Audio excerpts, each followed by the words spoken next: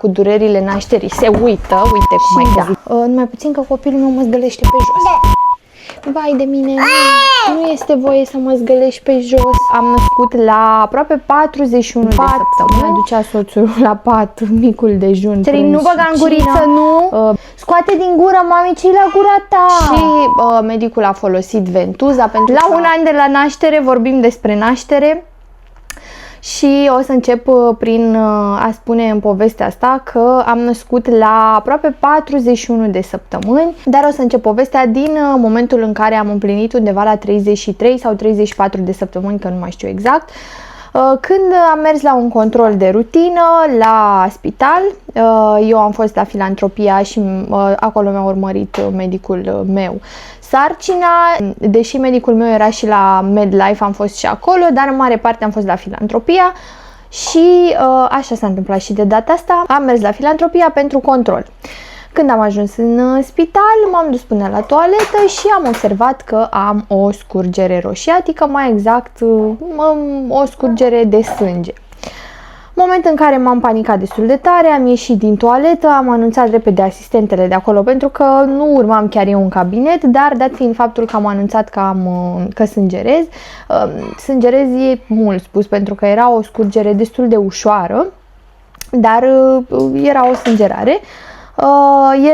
Asistentele m-au liniștit cumva și mi-au spus că e ok, sunt în siguranță, sunt în spital, o să mă vadă doamna doctor și am intrat următoarea, când a ieșit pacientul din cabinet, am intrat eu următoarea, m-a verificat doamna doctor și din câte mi-aduc aminte, colul ar fi fost foarte puțin deschis, dacă nu mă înșel, dar nu era o problemă mare. Cert este că mi-a recomandat repaus la pat. Până în săptămâna 39 mi-a spus doamna doctor că ar trebui să stau la pat. Deci asta ar fi însemnat vreo 5-6 săptămâni în care eu trebuia să stau la pat. Pentru mine a fost puțin greu, pentru că până în momentul acela eu m-am mișcat foarte bine, eu pe toată perioada sarcinii n-am avut probleme, nu m-am plâns că nu pot să respir, că e burta prea mare, că mă doare spatele, că nu știu, nu am avut niciun fel de problemă, în afară de în primul trimestru am avut ceva migrene. Și spre finalul sarcinii am avut într-adevăr ceva dureri de rinichi, mai ales rinichiul drept, unde, din câte am înțeles eu, cumva apasă sarcina acolo mai mult pe rinichiul drept. Și exista acolo și o pietricică, mă rog, aveam ceva durere, adică dacă făceam mișcare prea mult sau stăteam prea mult în picioare, trebuia să mă așez jos pentru că mă durea destul de tare, dar altfel nu m-am plâns de nimic. Cu câteva zile înainte să ajung la controlul acesta despre care vorbeam, chiar am văruit în toată casa, eu cu soțul meu și cu părinții mei.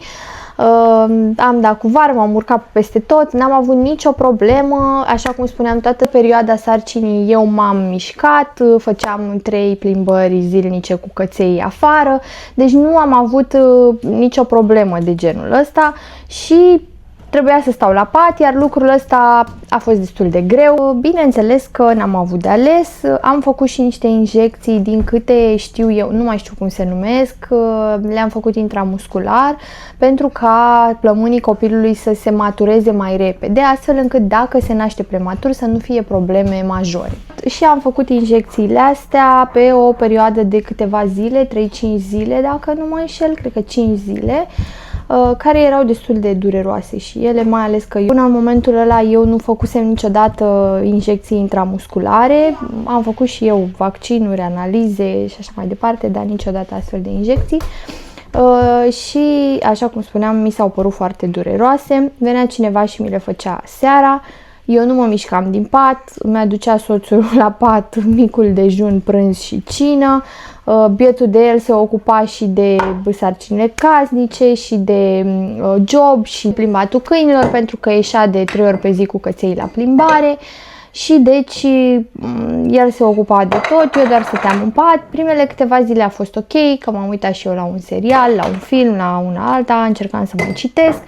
Dar deja după vreo 4 zile m-a luat plictiseala, nu puteam să mai stau, mă simțeam și foarte vinovată pentru că vedeam că el face totul și uneori poate era și el mai stresat sau obosit și eu nu puteam să fac nimic și mă simțeam și mai vinovată. și da, a fost destul de dificil. Da, se aud tot felul de sunete pentru că este și copilul aici, n-am ce să fac, asta este, filmăm în aceste condiții, deci se mai aud astfel de sunete. S-a terminat cu tratamentul, deci asta s-a întâmplat la o săptămână distanță. După care eu am mai stat așa la pat, deși am început să mă ridic destul de mult, adică nu mai stăteam de tot la pat, mă duceam, mai făceam un mic dejun, mai făceam o cafea, mai ieșeam până la magazin, dar nu ridicam greutăți și nu făceam efort mare. Asta s-a întâmplat până pe la 37 de săptămâni. La 37 de săptămâni deja am zis că e ok, am trecut, nu mai este copilul prematur, pot să nasc oricând și deci cumva mă așteptam ca de la 37 de săptămâni în fiecare zi mă așteptam să nasc, pentru că având problema asta te aștept să naști mai devreme. Am dus la controale la 37, 38 de săptămâni și 39. La 37 și 38 de săptămâni nu m-a văzut medicul meu, m-a văzut un medic rezident, pentru că medicul meu nu era în spital și cumva eram puțin așa în dubii, nu aveam destul încredere, mă gândeam că aș vrea totuși să mă vadă medicul meu ca să mă asigur că totul este ok. Nu vreau să jignesc pe nimeni, nu vreau să spun că medicii rezidenți sunt, nu știu, nu știu ce fac, pentru că mi-au demonstrat că ei chiar știu ce fac și medicii rezidenți cu care eu am avut contact au fost foarte ok, foarte, cumva, destul de stăpâni pe ei și în control, ca să zic așa, dar, na, e vorba de experiență și e clar că nu avem aceeași încredere într-un medic rezident ca într-un medic primar. Și atunci aș fi vrut să mă vadă și medicul meu și la 38 de săptămâni am spus acestei doamne doctor rezident că aș vrea să mă vadă medicul meu. În momentul în care m-a întrebat de ce anume și am spus că aș vrea să discut inclusiv despre naștere și m-a întrebat cum vreau să nasc, dacă am programat cezariană, dacă sunt hotărâtă pe asta sau nu. Și am spus că îmi doresc să nasc natural, doar că nu știu dacă pot duce un travaliu. În momentul în care mi-a spus o chestie foarte interesantă și mai exact că nimeni nu poate ști treaba asta decât eu și corpul meu în momentul acela. Din punct de vedere medical nu sunt probleme, nu sunt contraindicații pentru o naștere naturală, deci să-i dăm înainte. Eu m-am hotărât la nașterea naturală încă de la început, nu știu, am simțit treaba asta, am simțit că vreau să nasc natural, asta a fost o alegere a mea și cred eu că a fost o alegere bună. Știam cât de benefic este nașterea naturală și pentru copil, doar că nu m-am gândit la treaba asta, m-am gândit doar la faptul că va fi mai ușoară recuperarea și m-am speriat cumva de cezariană pentru că eu nu am avut de-a lungul vieții nicio intervenție chirurgicală și atunci nu știam ce presupunea asta și mi-era foarte teamă de recuperare, ca să zic așa.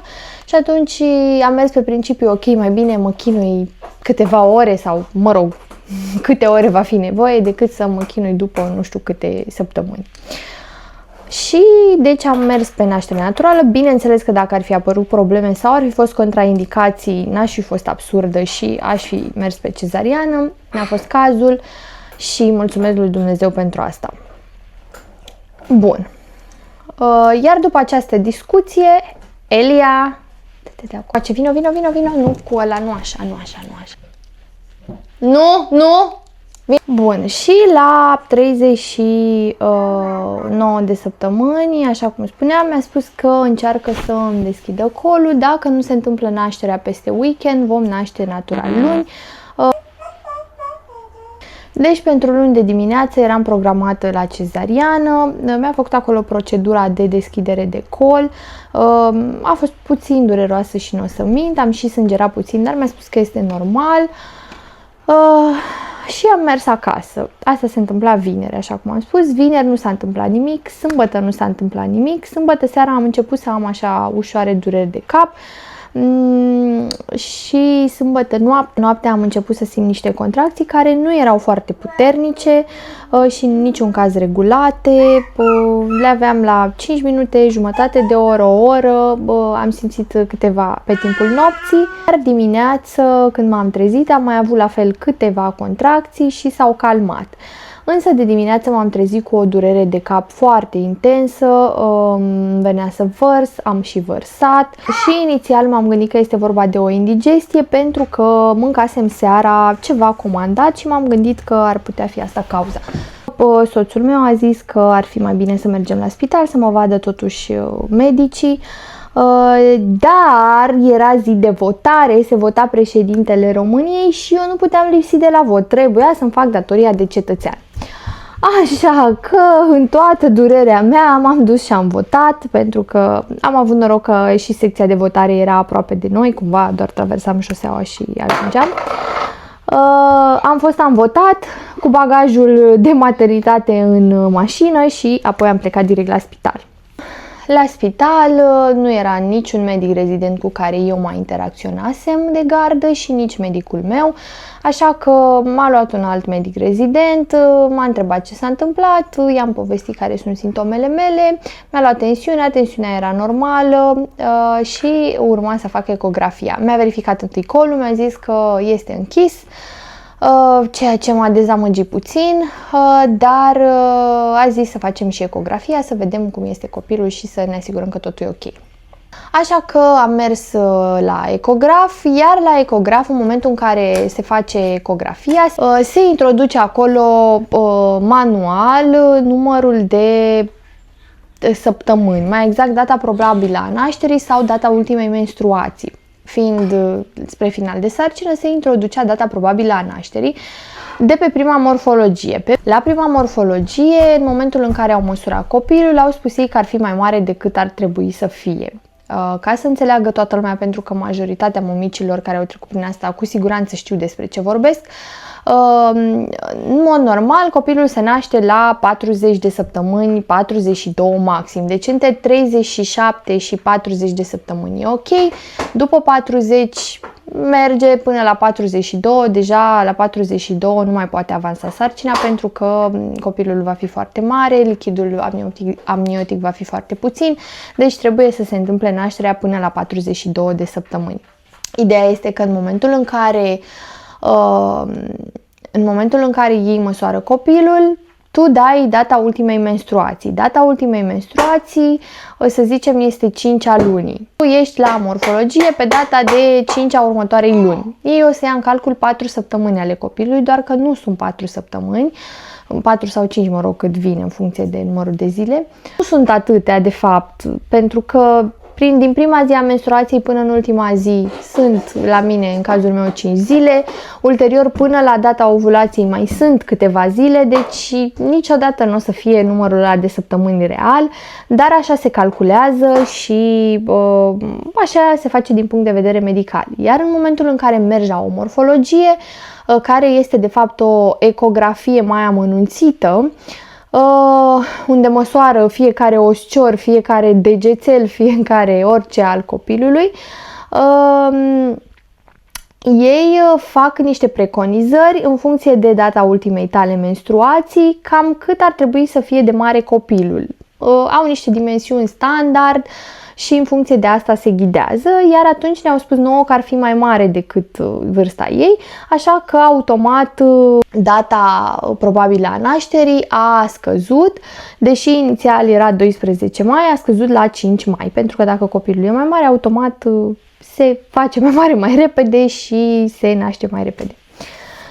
Bun, și în momentul în care doamna doctor a introdus acolo data probabilă a nașterii de 12 mai, de 5 mai, pardon, îi dădeau aproape 42 de săptămâni de sarcină și mi-a spus imediat că vorbește cu medicul care este de gardă, medicul primar, să vedem ce este de făcut.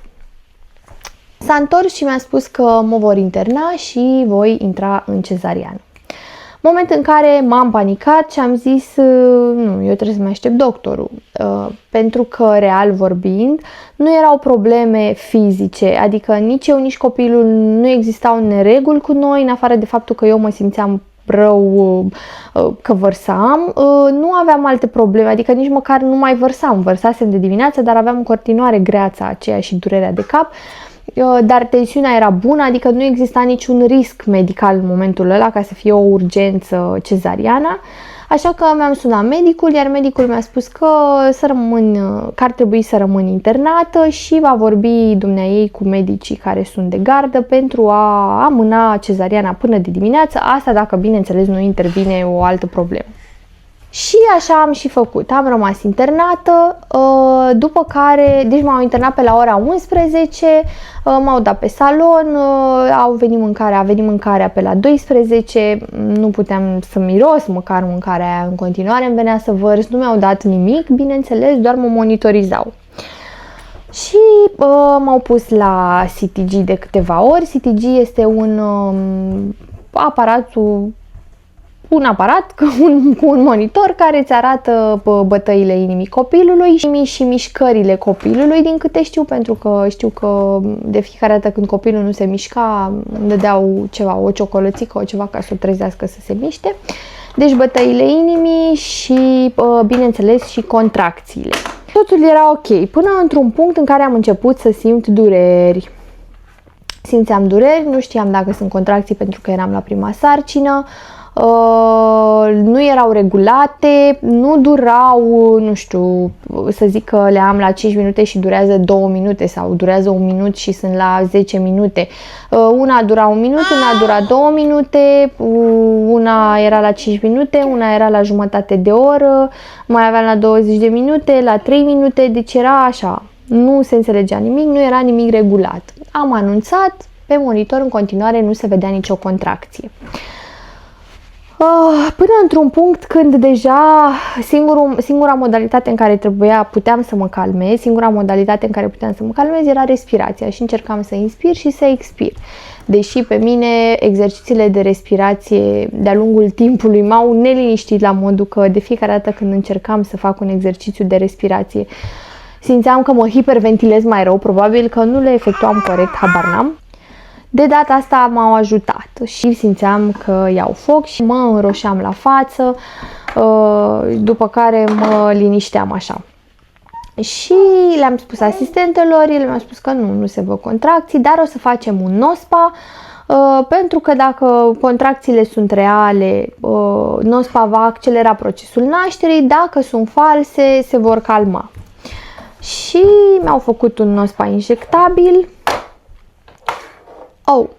După care, bineînțeles că nu m-am calmat, au apărut durerile în continuare și din ce în ce mai intense și la un moment dat le simțeam, deși nu au fost niciodată regulate, adică n-am avut clasicul la 3 minute, dura 1 minut, nu știu, n-am avut deloc contracții regulate.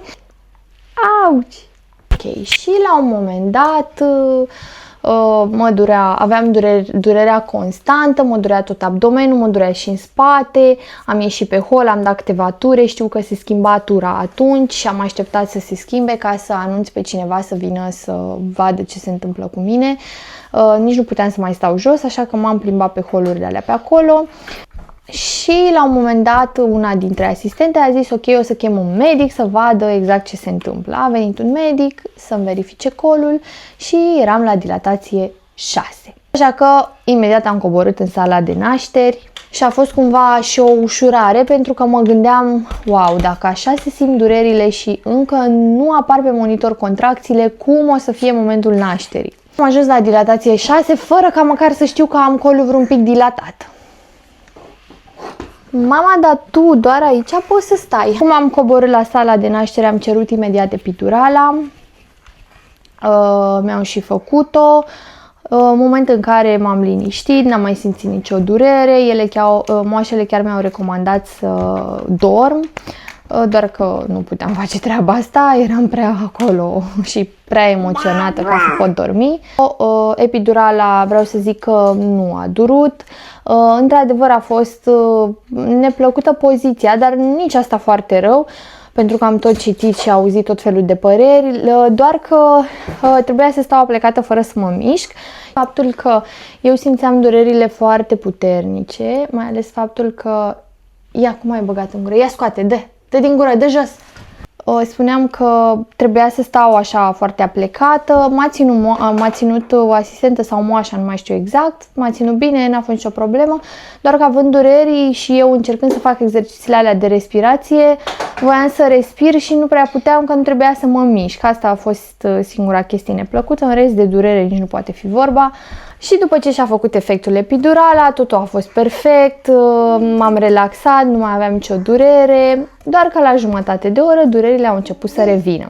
Ajunsesem la dilatație 7 sau 8, dacă nu mă înșel, și mi-au mai făcut rapid o doză de epidurală, pentru că după dilatație 8 mi-au spus că nu o să mai facă, pentru că exista riscul ca în momentul în care nasc să nu mai am control deloc și să nu mai pot împinge pe contracții, și atunci de la 8 ei nu mi-ar mai fi administrat epidurală, așa cum mi-au mai făcut atunci încă o doză. Nu vă imaginați că a fost nevoie de o nouă înțepătură, pentru că mi-au lăsat cateterul acela în spate și mi-au băgat doar pe furtunașul acela.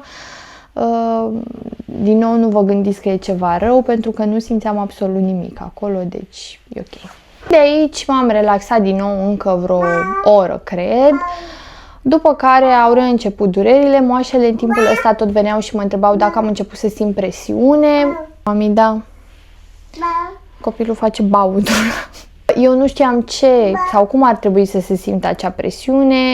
Ce cauți acolo? Este o kamikaze.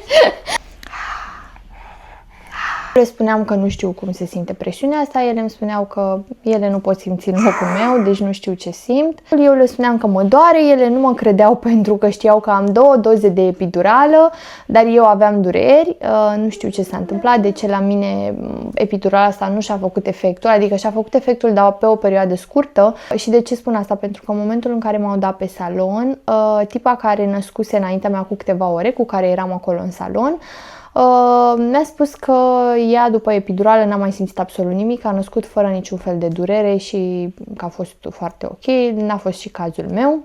Moașele au venit să-mi spună să încerc să împing pe contracții pentru ca astfel să accelerăm procesul de naștere, pentru că altfel va trece de tot efectul epiduralei și va fi mai dificil.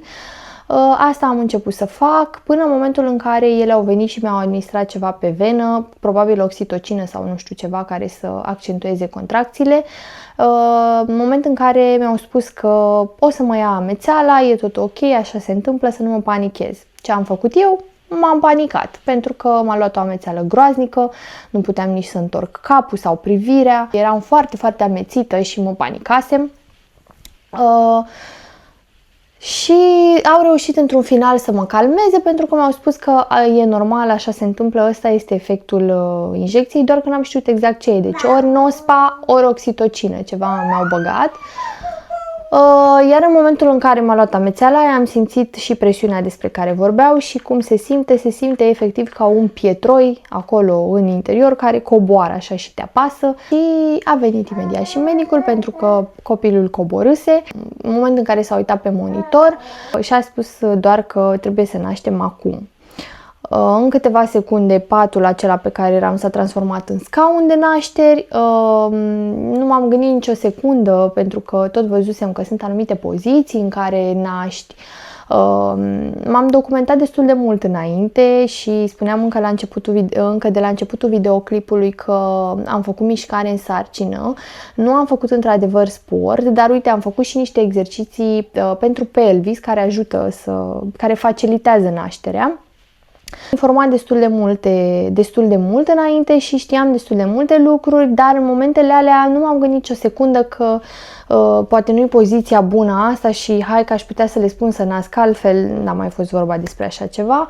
Au fost câteva împingeri pe care probabil eu nu le efectuam corect, pentru că ei probabil vedeau copilul, dar nu reușeam să împing destul de puternic. Și medicul a folosit ventuza pentru a reuși să scoată copilul cât mai repede. Nu cred că este același lucru ca la forceps, pentru că nu îl trag ei efectiv. Cumva am împins și eu și probabil se aplică o presiune mai mică, nu știu medical ce se întâmplă. Ideea este că a fost folosită această ventuză, în continuare am împins și eu și am reușit să nasc. Moment în care mi-a pus-o pe burtă, iar eu am rămas așa uitându-mă în gol. A fost un moment în care m-am simțit ciudat pentru că nu eram nici în extazul ăla, atunci, imediat pe moment, n-am fost în extazul ăla de a plânge ca alte mame și mă gândeam, bă, poate nu sunt o mamă bună. Eram așa un pic, probabil și după tot ce se întâmplase, după faptul că de dimineață mi-a fost rău, oboseală, durere, era și o eliberare pe de altă parte, că am născut și am scăpat și rămăsesem așa și mă uitam în gol și țin minte că la un moment dat doctorul m-a întrebat dacă sunt ok. Eram foarte ok, doar că eram așa în lumea mea, ca să zic. După ce au luat copilul, eu am rămas acolo ca să mă coasă pentru că am avut și o mică ruptură, nu a fost mare. Din nou, citisem foarte multe povești că treaba asta ar fi foarte dureroasă. Nu știu dacă mi-au făcut anestezie, dacă nu, pentru că eu nu mai simțeam nimic. Simțeam așa o ușoară usturime. Scoate aia. Dar nu era nimic dureros, nimic exagerat de dureros. V-am zis, simțeam așa ceva acolo, o ușoară usturime. Fix așa se simțea. Mi-au arătat cum se face masajul pentru a elimina lohiile. Trebuia să fac asta timp de 2 ore, mai veneau moașele din când în când și apăsau și ele mai tare. În timpul ăsta a venit și soțul să mă vadă pentru că l-au lăsat înăuntru. El ulterior a plecat către casă și la scurt timp după ce a plecat el a venit o asistentă sau moașa să mă întrebe dacă am mâncat ceva. I-am spus că nu, dar o să mănânc pentru că aveam la mine tot felul de ronțeli, biscuiți, covrigei. E ok să le ai la tine, apă, pentru că nu știi cât durează travaliul și mai ronță-i una alta ca să nu te secătuiești de tot de puteri. Doar că mi-a spus că trebuie să mănânc ceva mai consistent. L-am sunat pe soțul meu, s-a întors înapoi cu Mac, deci eu la ora 2 noaptea stăteam pe masa de nașteri și mâncam McDonald's. După ce am terminat de mâncat, am avut nevoie să merg la toaletă și din nou panică pentru că din nou citisem că wow, abia poți să te ridici, o amețeală puternică. Așa că am cerut ajutorul, a venit cineva să mă ajute să mă ridic, să mă duc la toaletă, dar ce să vedeți, n-aveam niciun fel de amețeală, mă simțeam bine, eram poate foarte, foarte puțin mai slăbită, dar puteam să merg bine mersi și singură, ceea ce am și făcut. La scurt timp după ce m-a adus înapoi infirmiera, m-am dus din nou la toaletă și m-am dus singură, n-am mai deranjat pe nimeni. Iar asta s-a întâmplat până, am stat acolo până la ora 6, deși trebuia să stau doar 2 ore și apoi să mă dea pe salon. Nu știu exact dacă nu aveau salon liber, deși nu are logică pentru că nu fac externări de dimineață, nu știu exact, dar m-au ținut acolo, am stat singură, n-a venit nimeni, adică nu din cauze, nu știu, că au existat probleme sau ceva, pur și simplu m-au lăsat acolo, m-au uitat acolo, ca să zic așa. Și la ora 6 m-au dus în salon și am așteptat bagajul, mi-am făcut și eu un duș și deși mi-au recomandat să mă odihnesc până vine copilul, n-am putut să fac treaba asta pentru că mă gândeam numai copilul meu e acolo, trebuie să vină să stea cu mine, cum să-l las să stea acolo mai mult. Și le-am cerut să mi-l aducă. Mi-au adus copilul, mi-a fost teamă pentru că nu știam cum o să o țin, ce o să fac cu ea, gata, ia-o, ia ta, ok, cine ești, de unde vii și ce fac cu tine, cam așa ceva a fost. Dar când mi-a adus-o, mi-a pus-o direct în brațe, ba chiar mi-a atașat-o la sân, s-a atașat imediat. Din nou aici cred că este vorba și despre informare, pentru că așa cum spuneam înainte am citit foarte mult, am fost la cursuri de puericultură, am văzut foarte multe videoclipuri despre alăptat și am făcut inclusiv cursuri online despre treaba asta și cumva știam care sunt pozițiile și cum ar trebui să atașezi copilul la sân. Am avut lapte din prima, deci cumva cred că am fost și norocoasă. Nu pot să zic că n-am avut și eu dureri, am avut dureri de sâni atunci în spital, pentru că probabil se întâmpla să mai fie ușor modificată poziția și să nu se atașeze foarte corect, dar n-a fost ceva rău, mi-am folosit niște lanolină și mi-am revenit imediat, am alăptat fără probleme. Deci n-am avut probleme majore, dureri sau obstacole din punctul ăsta de vedere foarte mari. Acum, videoclipul ăsta a fost făcut așa un pic și pe fugă și cu gălăgie în jur și cu toate cele, pentru că mai devreme am mai filmat odată când ea dormea și a fost liniște și am putut să vorbesc mai mult, doar că nu s-a filmat nimic. Acum a trebuit să fiu și atentă la ea și să și vorbesc. Cred că am mai scurtat puțin față de ce vorbisem inițial.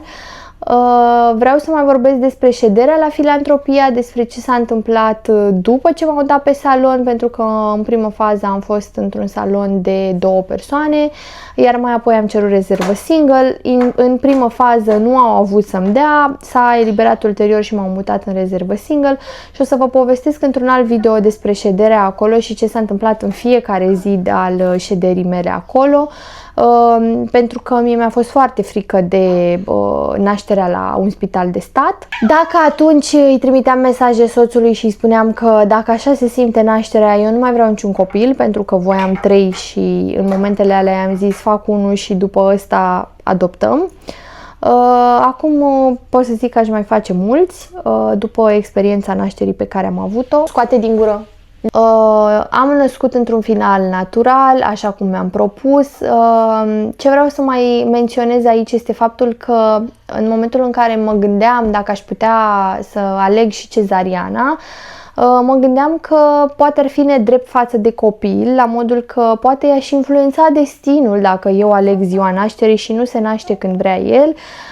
Uite că cumva viața mi-a demonstrat că și dacă aș fi făcut cezariană și dacă am născut natural, am născut în aceeași dată. Deci cele care alegeți cezariană, stați fără grijă asta, că probabil tot în data aia s-ar fi născut copilul. Aia e data lui și așa e să fie. Experiența nașterii mele poate fi catalogată ca fiind una pozitivă, nu am ascuns niciun detaliu, am spus absolut tot, am spus că am avut dureri, dar real clișeul acela cu durerile nașterii se uită. Uite cum ai căzut din pat, vezi? Vezi? Prima căzătură din pat, noroc că am fost aici, n-ai dat cu capul.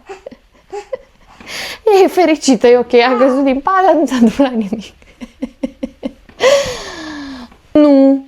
Real vorbind, durerea se uită, deci nu este doar un clișeu, pentru că pot să spun că am avut o durere de măsea acum ceva ani de zile și pot să-mi amintesc perfect cât de tare mă durea și ce simțeam și cum simțeam durerea. La naștere nu pot să mai mi-aduc aminte tot, nu creierul șterge amintirea asta a durerii. Poate că așa trebuie să fie ca să mai facem copii, pentru că altfel n-am face. Ceea ce vreau să spun este că vă încurajez să mergeți pe intuiție, nu încurajez nașterea naturală sau cezariana. Pentru mine nașterea naturală a fost alegerea ideală pentru că m-am recuperat imediat și foarte rapid. Pentru alte femei este mai dificilă recuperarea, mai ales după ruptură sau după episiotomie.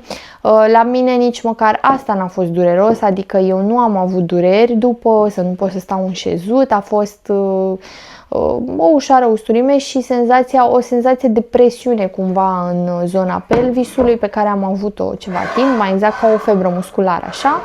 Am avut-o câteva zile, dar nu am avut dureri după naștere și lucrul ăsta pentru mine, din nou repet, că pentru mine asta a fost alegerea perfectă. Pe de altă parte, persoanele care aleg cezariana și au intuiția asta și simt că trebuie să facă cezariana, le încurajez să o facă, adică faceți întotdeauna ceea ce simțiți voi să faceți și nu vă lăsați influențați de alții și de altele, pentru că nicio experiență nu e la fel. Și voi știți cel mai bine ce este mai ok pentru voi și pentru corpul vostru. Trebuie să închid filmarea, revin cu partea a doua și mai exact cu povestea șederii mele la Filantropia. Lăsați în secțiunea de comentarii orice întrebare aveți și nu uitați de subscribe.